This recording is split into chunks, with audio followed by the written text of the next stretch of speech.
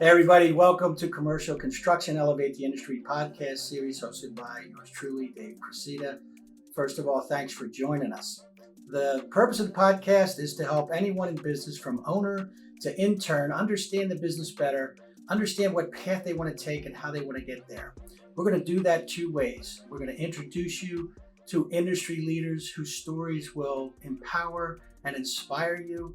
We'll also do episodes by me. I've been doing this for a long time, and I can help you get past some of the things that I had to struggle with, the good, the bad, and the ugly, over the last 40 years. Either way, I am super excited about today. We have a guy who's an old friend, but you talk about everyone from owner to intern. Think about this. Our guest started out at 15 years old and was a laborer, became a stone setter, then an apprentice. Then he became a draftsman to a project manager.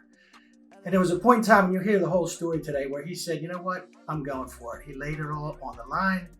He started his own business and now is one of the most successful stone contractors in the DC metro market. Benvenuto, amico mio. Welcome, my friend, Brett Rugo, president, owner, and co-founder and founder of Rugo Stone. Brett, thanks for being here. Thanks, Dave. Thanks for having me. So, Brett, you started out as a laborer. Describe how you went from there to owning a business. Well, that's a long process, Dave. It doesn't happen overnight. I think anybody that's young, 14 or 15, should start working a multitude of different types of jobs. And don't ever think you're too good to do any level of job. Washing a broom, cleaning a bathroom, whatever it might take to get started. And be a good listener and learn to respect your elders and the experience that they have. Those are instrumental experiences as a young person on the path of discovery where you find something that you want to do. I never looked at owning a business as being a businessman. I looked at it as a natural evolution of acquiring my skill sets and wanting to do it the best that could be done. Not just mediocre, but the best. And so my path started out at the lowest level jobs, and I worked through a variety of disciplines until I graduated college. I think I started work the following day that I got out of school. There was no summer break. There was no tour through Europe. I didn't even own a car until I was 22. And those are humbling experiences, and you need to have those because owning a business, unless it's gifted to you or you're independently wealthy, will never be easy. And you need to be prepared to do any and every job. And an old man once told me, if you own a diner, you got to wash the dishes. And I think that's a funny little parable, but it's really true when it comes to a business. My evolution through the office chain or through the field side of the construction was very interesting. I got exposed to a lot of great European craftsmen, a lot of Italian and Portuguese guys and working in Boston, a lot of American guys that were really capable. And they didn't like to teach in those days. You had to listen, do what you were told, and follow instructions. And don't get in the way. And you acquired that experience by paying attention and being a good boy. And if you overstepped your bounds, they'd rein you in really quick. And it wasn't show and tell where they would explain every step to you. So you had to learn a lot of things incrementally as you go along. Fortunately for me, I had a really good memory and I had a good work ethic. And I liked those things. But most importantly, I just really liked the medium of stone. From pouring it in the ground to processing it into a finished piece to getting it installed safely on a building that would stand for, let's hope, 100 years. Following college graduation, I did go work in an office and I started out doing a little bit of drafting. That was fairly short-lived. I was not an expert draftsman, and my boss was gracious enough to find other opportunities for me. In those days, project management really wasn't the discipline that it is today. Frankly, the subcontractor community didn't have as much responsibility in terms of process and paperwork and reporting as it does today. But the position of project coordinator, assistant project manager was evolving, and I gravitated into that, which proved to be a good skill set for me. I seem to be good at leading people, managing people, or being managed. I often say you can't manage people unless you know how to follow. It's 30 years now, I guess, since I've been down here. I think I've been here in 80. I got here in 89 when Reston Town Center was just farmland. And we had some great successful projects in those years, but unfortunately that company got into some really difficult financial trouble where an owner canceled the balance of a very large high-rise in Avenue of Americas in New York City, and shortly thereafter I got laid off. Before you continue, Yeah. I want to hit that one because I met you when you worked at Molly Turno, Yes. and I was doing the same job in New York City. Yep. And I had 3 companies I was a subcontractor for on that job and go out of business. So we talk about business. It's not all fun and games, and it was a struggle. But you know what? You do, because the why was that important to me. You get through it, as did you. No, I remember those days, and I remember not knowing much about insulation and air barriers, but keenly trying to listen to the limited amount of exposure I got to. You were already an established businessman, and I was still more or less pushing a broom in terms of the hierarchical structure. But anyways, I moved to Washington, D.C.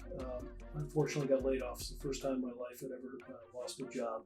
And I went out and just set tile and stone and made countertops for the next 6 weeks until I was called by a large glazing company called Harmon Contract out of Minneapolis. And they wanted to hire me. I was really quite shocked that somebody would be interested in hiring me. I didn't even know I was on anybody's radar. So I flew out to Minneapolis and had a 2-day series of interviews in corporate America, and that really changed my life. I mean, we took the equivalent of SAT type tests where you had to fill in all the little dots to cast a profile of your personality, your skill set, and then we negotiated for quite a few hours over salary and benefits, and I was finally awarded a position. I went on to work for them in the Mid-Atlantic region for about 4 years, and that was, I often tell people, my equivalent of an MBA. And the difference between the trade knowledge in the family environment and the skill set that I learned working in a family environment in a specialty trade was augmented and enhanced by having corporate America influence type people who were able to teach me and expose me to real planning, business planning, mission statements, focus, financial outlooks.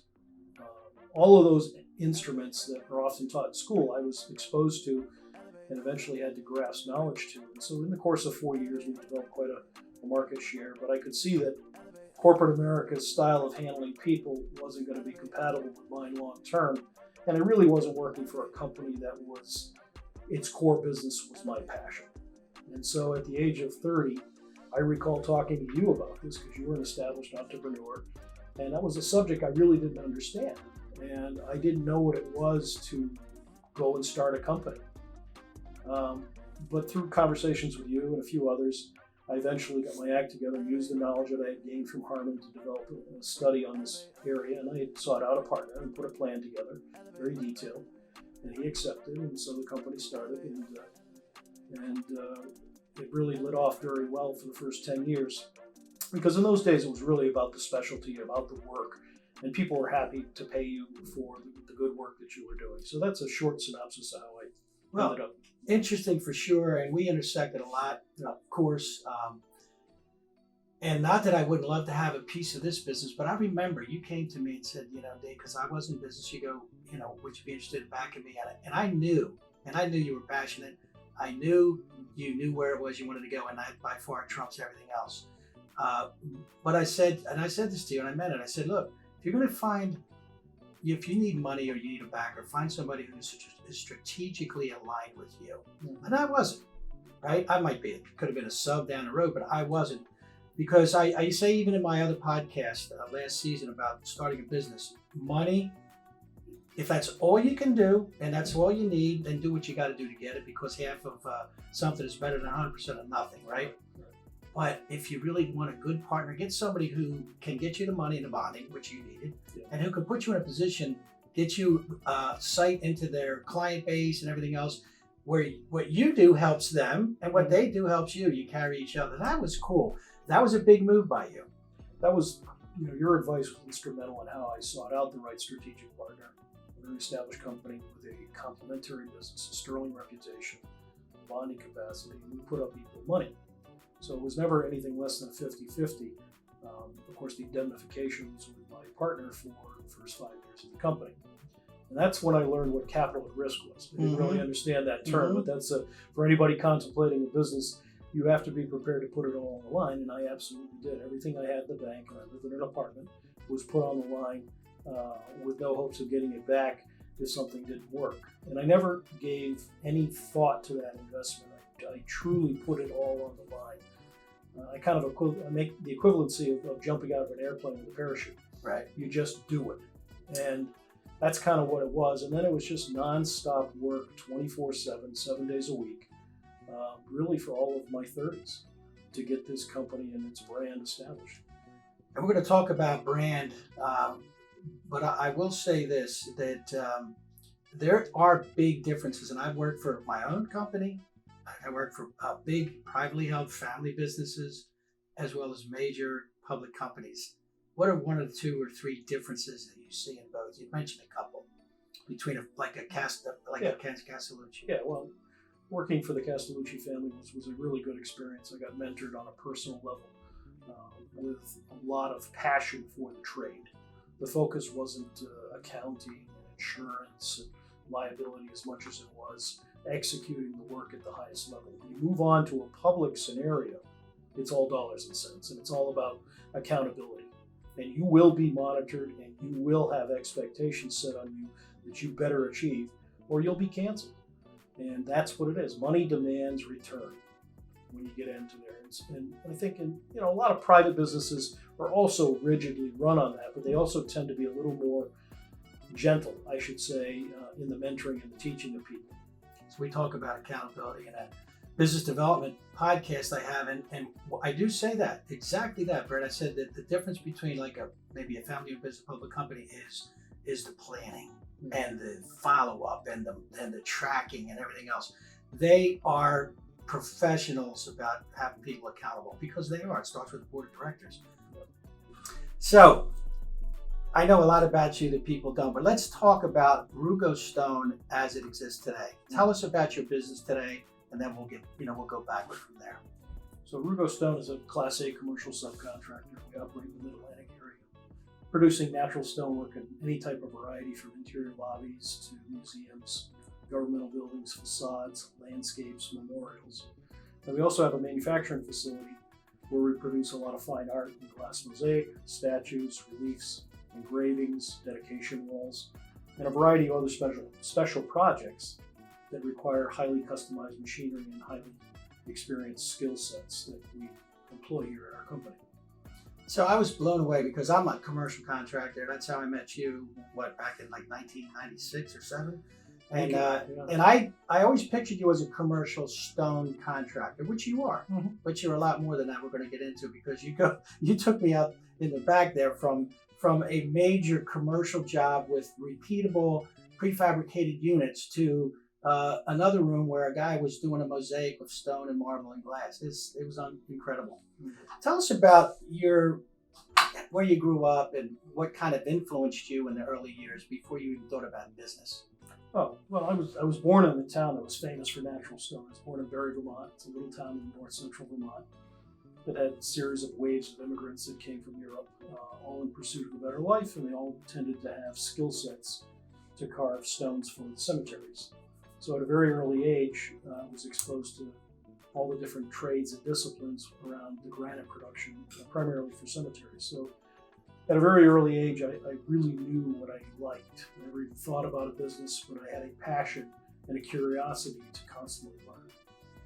It's about parents. What did they do? My mother had a variety of jobs. Worked for an eye doctor. She was a technician. My dad worked for a general contractor. He was a civil engineer and a PE. He didn't follow the stone trade like his father did. And we moved around a little bit in New England in various areas, eventually landing in Rhode Island, where I went to high school and college.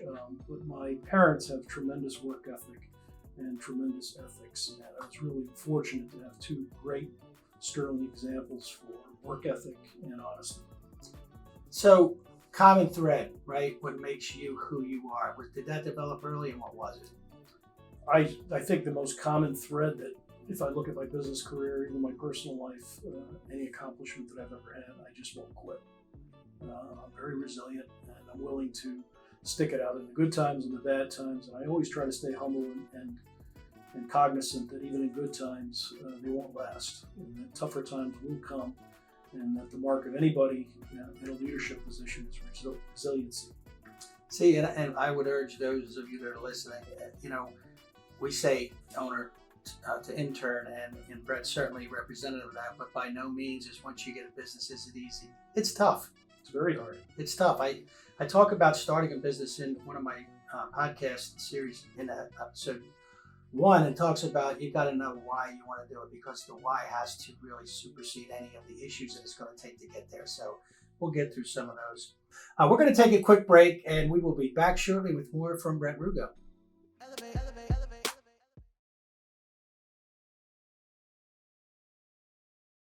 Hi, I'm Patrick Ripple, founding partner of ISA Architectural. I've known that chap right there for well over 20 years. And what a 20 years it's been. I'm Larry Windsor, partner, vice president of construction services. Our third partner, Mike Morehouse, can't be with us today. We are the Mid-Atlantic's premier sales force for architectural building products and engineered architectural solutions.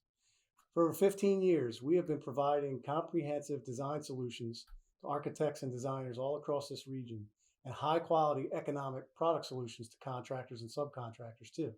We bring products and people together. We specialize in the building envelope, everything from the weather barrier all the way out to different types of cladding. We fully understand the rain screen principle, and we have an interior portfolio specializing in wood and metal walls and ceilings. If you're a developer, part of a design team, architect, or interiors, or if you're a contractor, let us help you. Visit www.isaarchitectural.com and see how we can bring value to your project.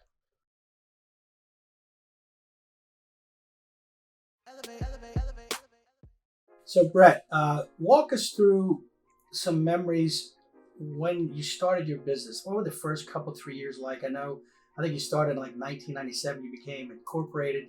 And how did those memories shape what your business model looks like today? You know, we were really fortunate. We got some early contracts for really prestigious Catholic church work, a war memorial for the state of Maryland, a couple of marquee office buildings, and I really felt like the business was participating at the same level of very high-end work as it was when I was at Harmon and when I was at Moliterno, and I didn't have a big gap and drop where I was in a residential market share with a scope of work that I really didn't like. So I was doing a lot of exciting jobs, and my memories of those times are honestly a little vague because I worked so much and I worked hard. I have a ton of memories about working till 8, 9, 10 o'clock at night, sometimes 2 in the morning, whatever it would take, and then getting right back up first thing in the morning and starting again. I know that sounds a little bit crazy, but it was in those days, and that's what it takes to really get a dream on the ground with your feet underneath you. So did you find it competitive? I mean, were you on par with the local guys? There's some big ones here. Yeah, no, we were always competitive. I think as a new company, you always have the challenge of existing brand to compete against, and people that have been in business for 15, 20, 50 years, 2, 3 generations, and convincing people to work with you and that you will deliver equal or better craft is really, that's the play, and being able to do that. I recall telling a man one time, he's since passed from cancer, but he was a developer, and it was a small contract for an office building lobby. And he said, well, you know, you're up against these guys. They've been in business 50 years. I've worked with them. And I said, why don't you give a young man a chance?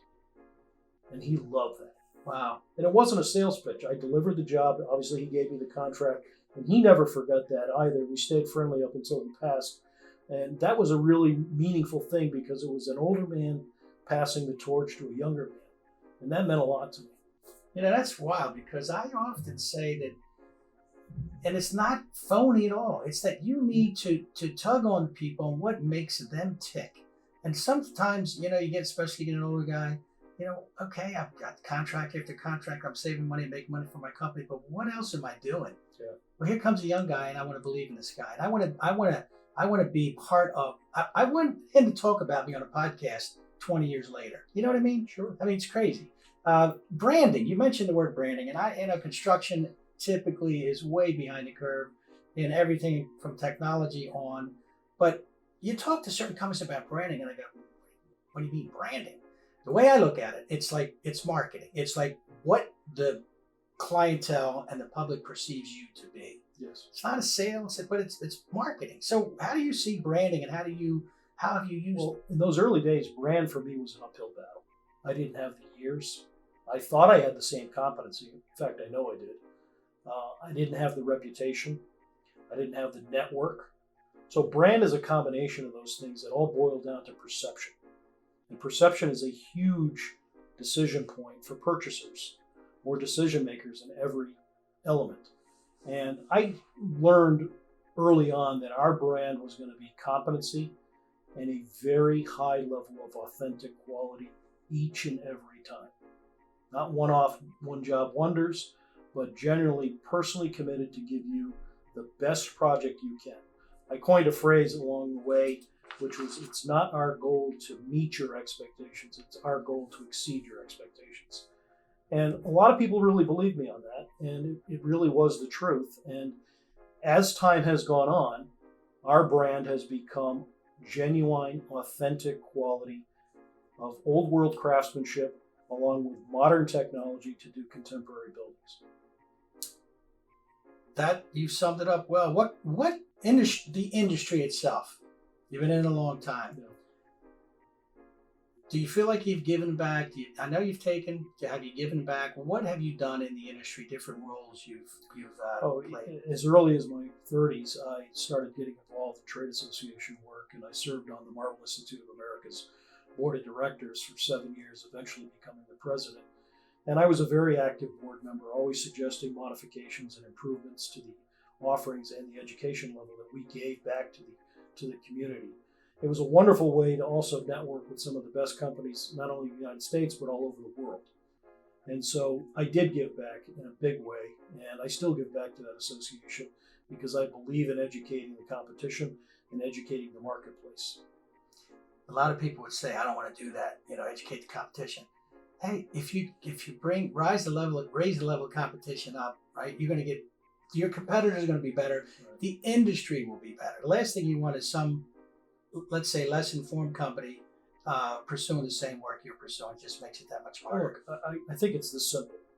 Everybody has a competitor. So why not have your competitor be competent and keep the market value of whatever product or service you're providing at a sustainable level?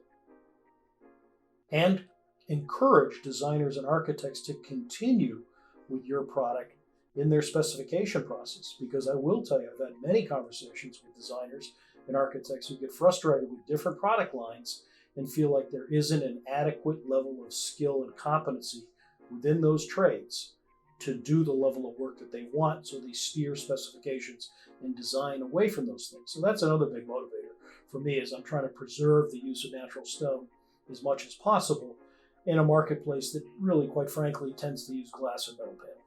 And they do. Yeah. I'm gonna say one word, and I want you to describe what it means to you in the business, and that's relationships. Relationships. Personal relationships are far more important than contracts.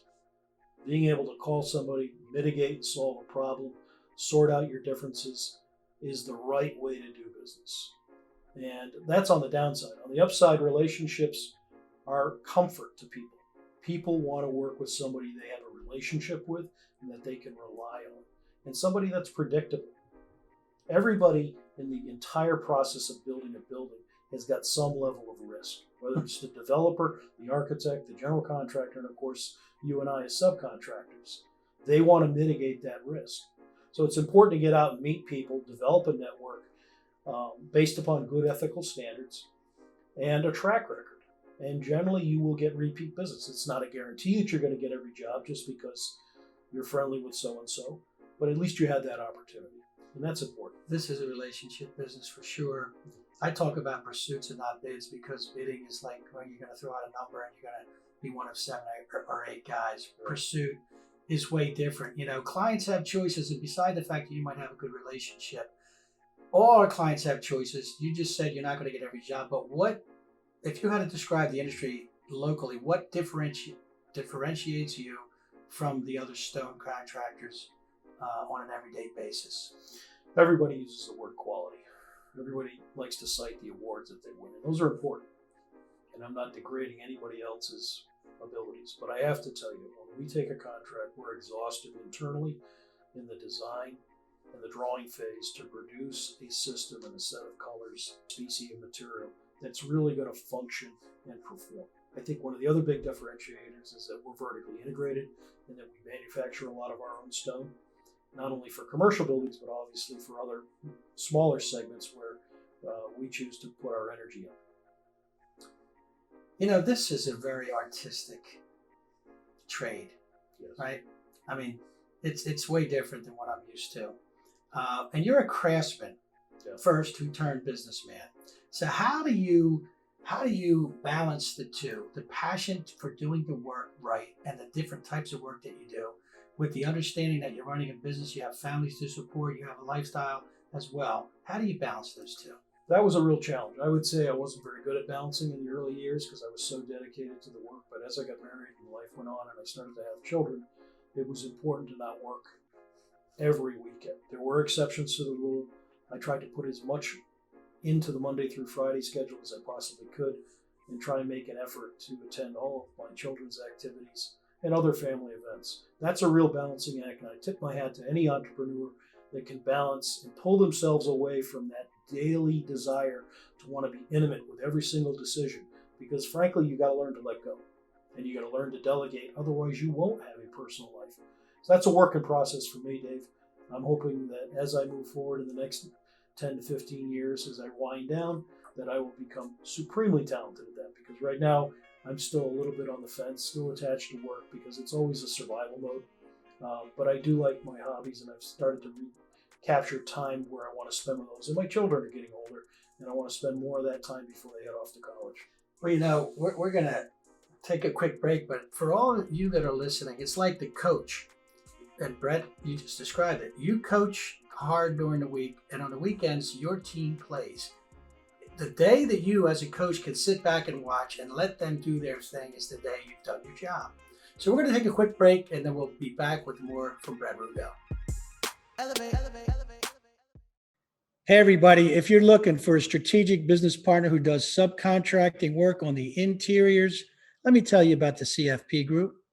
They are a minority business enterprise and have been in business for over 20 years. If you're interested, you can contact them by email at cfpgroup1@gmail.com or call them directly at 410-977-8568. That's 410-977-8568. Take it from me. I've done business with them, and I know they can get the job done. Hey, everybody. Welcome back. So, Brett, you mentioned it a couple times about business is tough and you don't do it by yourself. So now I'm not talking about staff because you've groomed a good staff. That's a big part of your success. But let's go back and say, who influenced you? We talked about your parents, but once you got in business or you were about to get in business, who were the people that influenced you the most, and what did they do to earn that? Well, certainly my parents were instrumental with work ethic and honesty and all that. But once I got started in the business, I worked for a man from Rhode Island named Ken Castellucci, and he had a tremendous influence on my passion for the industry and passion for life, food, cooking, wine, all of those things. He had it all combined. But he was really a nostalgic guy who had a supercomputer memory of materials and applications and a very vast network. And he put his arm around me and allowed me to get access to an industry intellectually through experience, even at a junior level, that most people would never get unless they were a family member. And I will always be grateful for that. And that was something I'm trying to give back to. I constantly have interns that come in here. My son has started to work here at the very lowest level. How old is he? He's 15. And how old were you when you started? 15. Yeah. That's No, cool. he's just starting out. Anybody from Harmon that I think, shout I out? mean, frankly, I don't want to sound self-serving to you, but you had a big influence on me because you were an entrepreneur. Mm-hmm. And I could see that you had a very keen eye on how to develop business and combine that with service. And I was always intrigued by that because, let's face it, Dave, insulation and air barriers are not as sexy as stonework. Nope. But you made it a real business. And I often thought that the real accomplishment in this industry would be to take that great craft passion and knowledge and combine that with a good sense for business and an ability to keep your eye on the numbers. And I think that's, another piece of good mentoring that I received from a man named Gene Bucci, who worked for Moliterno. He was sort of Mr. Inside, and Ken Castellucci was Mr. Outside. And Gene was an engineer with a lot of general contracting experience, and I had a couple of years exposure to him. And he gave me a lot of good foundational skills on how to assess building, whatever type of building it was. And I was a little sponge. I mean, I just tried to learn everything I could from all the folks. But I have to say, there was an awful lot of talented people around Moliterno in various disciplines, from drafting to engineering to master masons, that I gathered information from piece by piece as I moved along. And I'll always be grateful for that exposure. So let's move on to some of your today, right? And when you look back, you got pictures all over this place. What are some of the most memorable projects that you've undertaken? Well, certainly in the early years, the Universal Call to Holiness, which was a large bas-relief carving. We believe it's the largest bas-relief installed in the United States, was a great commission. In spite of my low brand at the time, I was able to convince the benefactor that we were the right guy to use, and that was instrumental in really allowing us to go into the Catholic Church market sector. And other meaningful projects in the early days, the Maryland World War II Memorial was really special because on that foundation board were survivors of Pearl Harbor, Battle of the Bulge, and those guys were still alive. They were like privates and low-level seamen at the time of the war, but at the time of the dedication of this memorial, which is in Annapolis, they were admirals and generals in their probably late 70s and 80s, I'm guessing. They've all since passed.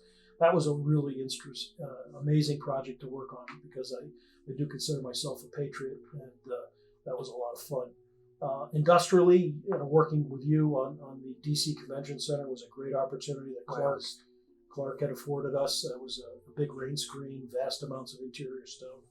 That was really a big thing. And then, as the years went on, we took on more and more complicated jobs. We've done countless levels of churches, probably in as many as 20 different states. Some of the most important things that stick in my mind, the Trinity Dome, also at the National Shrine, was our largest contract at that time. Other really interesting jobs, Whiting Turner has been great to us over the years. The Embassy of the UAE was really a spectacular building in DC. And then, of course, going down to Charlottesville and working on the Capitol Rotunda, which was designed by Thomas Jefferson. And wow. We replaced the 16 Corinthian capitals for them. And that was a really interesting process to work with their historians and curators and preservationists with limited historical records from 1823. So that was really an amazing job. And then currently, we have finished things like the Trump International Hotel, which was a big undertaking. Did you get paid? Yes, we did. Perfect. Yeah. I like to tell people we were first paid. Good. We got along fine with the Trumps. Everything worked out. And currently we're working on the reclad of the Air and Space Museum, which is a very large full wall system. So we own the AVB, the blast rated wall, the thermally broken mullions, and of course all the stone cladding. So that's a really interesting project that had a 1.5 year of design assist period and about a 4 to 5 year construction period. So we're about 50% complete on that. I'd like to take you there sometime. Actually, I think you'd get a kick out of it. I would love to go. And I got to ask you about that because you've got a lot of big commercial jobs. You've got a lot of jobs that are just craftsmen. Yeah. How do you see manpower these days? Because it's not great in the building business. Yeah, manpower has been really tricky. This is a very hard market to hire in as well. It's never been a factory town, so we don't always have children that are descendants of people that work with their hands. I call it a paper town. So we recruit a lot. We bring people in from different areas, including overseas. We're pretty Including Vermont? No, we actually don't have too many from Vermont. No, we have quite a few New Englanders in here. Quite a few people from Italy, Portugal, Spain, those type of areas. So if I were a client and you were sitting here, we were having lunch, and I asked you, I'm going to ask you the following questions from a client. Brett, tell me the top 3, 4, or 5 things that when I'm looking at work, I should come to you, like in priority. What would they be? Just like bullet points? Yeah. Yeah, okay. I would say reliability. Yep. Consistency. And complete dedication. So they can trust you. Oh, they can trust us. That's the biggest word in marketing you get around, right? It is. It really is. So now I'll get more granular, and I'm going to ask you, what kind of jobs can you most add value to me? I would say anything that involves a very high level of customer satisfaction, where we're not just trying to plug in a company and a process, but where you want our experience, whether it's an exterior wall design or whether it's the embellishment of a historically sensitive church or museum. It's not like a marble floor. Yeah, we certainly add a lot of value to those things, but let's face it, it's become a little bit commoditized. So our highest skill sets and our greatest value is on the most complicated pieces of work. Well said. So what advice would you give to our listeners for somebody who wants to either, grow in business or become an owner in a business? What advice would you give them? Well, the first advice would be it's all in, is that there's never a day off. Be prepared to live without. That means when payroll's got to be met and there's no money for you, you will go without if you're a very honest, ethical employer. You must find a product or service that has not been commoditized. You've got to find something that the market needs that has a fair return with minimal competition. Hopefully it doesn't take a tremendous amount of capitalization to start this, and you really need to do something you love to do. If you don't love what you're doing, it becomes pure work, and pure work is not a passion, and you won't succeed in the long run, in my estimation. Did you listen to my podcast? Because you just kind of repeated. No. I agree 100% with what you just said. I ask all my guests this. I'm going to ask you, how would you describe success, A, in business and B, personally? Okay, so if we start with the business component, I'm debt averse. I hate being beholden to a bank or a bonding company and all those things. So pure success is having your own capital to determine your own destiny. Along with taking care of and sharing with all your key partner employees that have helped make that success. Even if you're the owner or the entrepreneur, it doesn't mean you did all this yourself. It means you might have been at the helm and you take the brunt of the risk, but you've got to share in those success points. So being prudent with leveraging debt, never getting too deep in, always staying humble and respectful that the market can change in a second, and always taking care of your employees. That kind of defines my level of success on the business side. Now, before you get to the personal side, you said something about your partner employees. I That's like right. that. Dave, Talk about that a little bit. look, when I recruited employees to come to work for me, the core early employees were 10 or 12 years older than me, already established, had families, were worried about their retirements, but they saw something in me and believed in me. And so I was able to benefit from, as a company, from their prime skills in the best years of their lives to help propel this company with real expertise.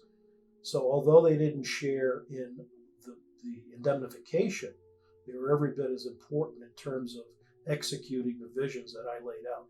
So I do like to call them partner employees. On the personal side, success. Success. Well, if you decide to raise children, you got to do it right.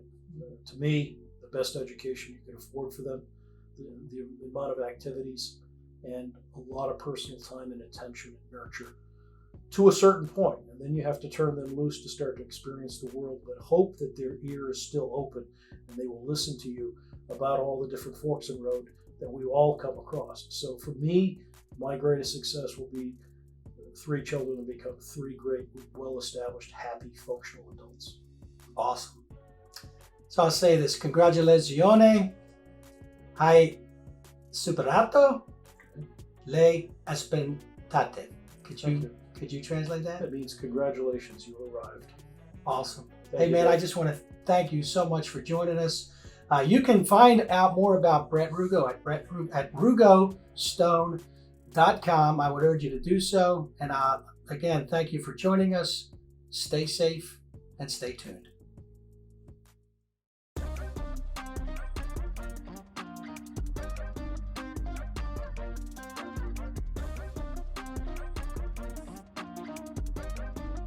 All the music for the episodes, including our theme song Elevate, was provided by DMV producer Trey Skills. If you like what you heard, follow Trey Skills on Instagram at Trey Skills, TreySkillz. That's TreySkillz. So follow me on Instagram and Twitter at Elevate Industry. Check out my YouTube channel at Commercial Construction, Elevate the Industry. Visit my website, adicorp.com, adicorp.com. Go to LinkedIn, search for David Procida, hit connect, and follow me. Please rate, review, and comment on this episode, and I look forward to seeing you next week.